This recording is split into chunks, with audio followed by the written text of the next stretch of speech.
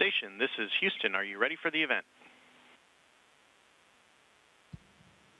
Ready for the event.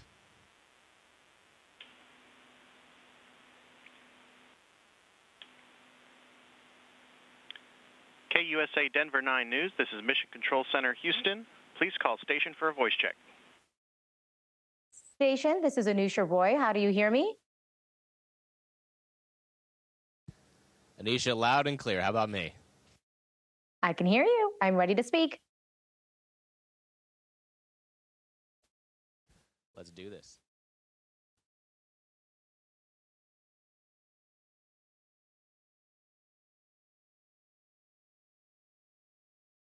Okay. Oh, I don't see him, right? I'm not supposed to see him anywhere. Okay. All right. Matt, Dominick, can you hear me all right? This is Anusha out of 9 News in Denver. I hear you great. It's great to be talking to Denver today. Yes, we're so excited to chat with you as well. I just wanted to start off by hearing a little bit about your role and your responsibility right now. Oh, so many roles up here. We switch hats all the time, metaphorically, I'm speaking, of course. But I'm a flight engineer aboard the space station. I was a crew member on the Dragon to get up here, responsible for safely getting a crew of 4 to the space station for a 6-month mission, and here in a few months, responsible for getting them home. But on space station, I'm everything from a plumber, fixing the toilet or the plumbing on board the space station, an electrician, to somebody who's helping an investigator on the ground conduct an experiment. In fact, and then in the next 2 weeks, we're getting ready to go outside to do a spacewalk. We've got a cargo vehicle from Russia arriving tomorrow. We've got another crew coming up for a flight test on Sunday. It's a busy place. So you want to talk about roles? I could talk about roles all day.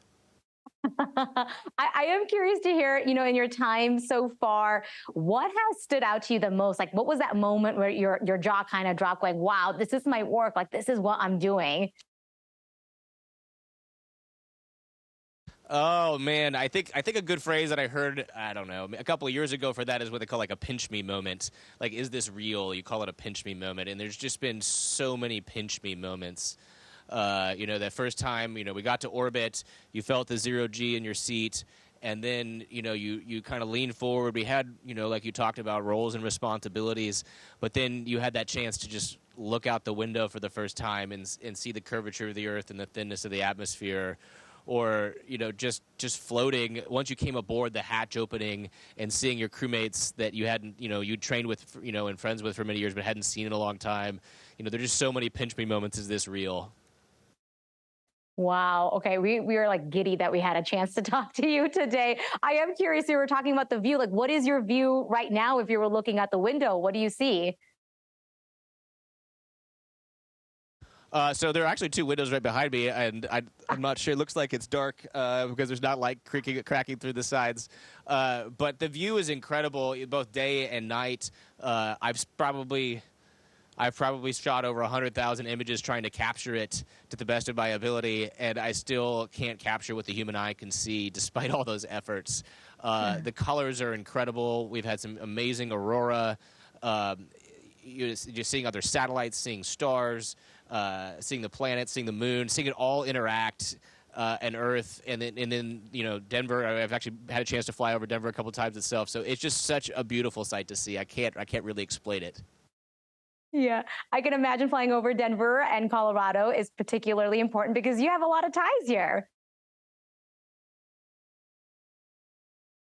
I did. I grew up there. I grew up just there in Wheat Ridge and, in the mountains. And probably that's where I got my exploration spirit that made me want to come to space, right? Exploring outside my backyard in the beautiful landscapes of Colorado, going up into the mountains, the canyons, the valleys, the mountaintops. That I don't know how that you don't walk away from Colorado without an exploration spirit. Yeah. And I'm curious about when you do come back here on Earth. I know it's about 6 months or so. What are you the most excited to share about what you learned with folks here in Colorado? Oh, so many things. Obviously, the first thing, I'm excited to go back and see friends and family, we've been separated for some time up here, but to get back and you're taught and and you hear all the time the importance of conserving and taking care of the earth. But coming up here, the fragility is just so much more evident. The thinness of the atmosphere, you look out and you see how little there is between humans on Earth and the vacuums of space. And so, yes, I understand conservation is something I've thought about, for much of my life, but it just seems so much more deep and so much more clear to me, the fragility of our civilization now. And my last question for you is just I know there was so much training, so much studying, and it was a long journey to get to where you are right now. What would you say to anyone else, especially, the younger kids who might be watching this going, I'd love to do the same thing that you're doing right now? There's a lot of advice. This could be a long time, but I think the simplest way to say it is to go do things you love, because you'll never want to stop doing them, and you'll ultimately be really good at them. And this job requires people from all kinds of disciplines. As we move our civilization to low Earth orbit and then onto the moon and to Mars, we need everybody, all types. And so if you go do something you love, you'll be really good at it, and it will never, ever feel like work. Oh my gosh. Well, it has been such a pleasure to be able to connect with you, Matt. Thank you so much for sparing a little time for us to chat with us. We appreciate it. Thank you, guys. Great to talk to Colorado. Station, this is Houston ACR. That concludes the event. Thank you to all participants. Station, we are now resuming operational audio communications.